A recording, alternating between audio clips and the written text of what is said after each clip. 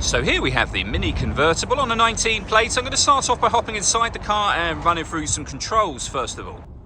Okay, now that we're inside the car, we're going to start with the dials. Over on the left-hand side, we have the rev counter, we have the speedometer in the middle, and the fuel gauge on the right-hand side.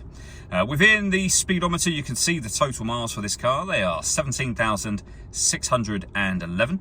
You can change the information that's displayed above that using a button on the end of the indicator stalk for various bits of trip computer and fuel economy information, or you can have the digital readout for the speedometer you see being displayed there now.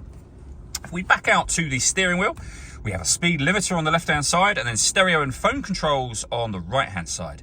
You need to pair your phone up in order that you can use it, and that is done over on the central screen under the communication heading just here. The movement I'm making on the screen is being done using this dial and the collection of buttons that surround it, but you can do virtually everything from the dial. So for example, to pair your phone, rotate it to communication, push it down, you'll then be in that menu where you can manage mobile devices and then connect a new device from there. We're going to go back to the main menu. To access your music, we have DAB and FM radio.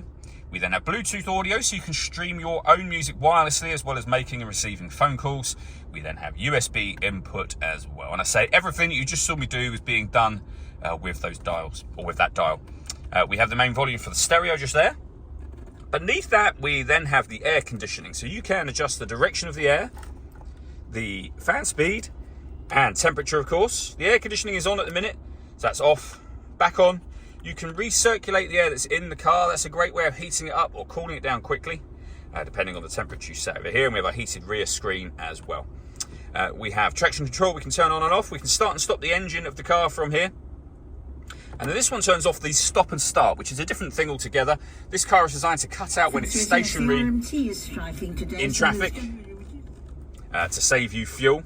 And that was a traffic announcement, incidentally, coming on the radio there. But yeah, you can turn the car so that the engine cuts out when you're stationary, and that will in turn save you fuel.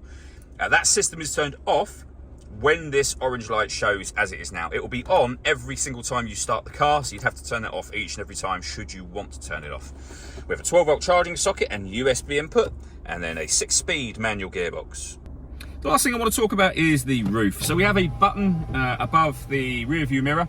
If you were to give that one pull backwards, the roof will stop as a kind of a sunroof section. So back up to the button again, the windows will go down and then the roof will fold back. As you can see, it's very quick, and that is it, fully complete. All that leaves me to say is thank you for taking the time to watch this video. If you'd like to come and see the car in person and have a test drive, please feel free to call either of our MJA sites. We'd love to hear from you soon.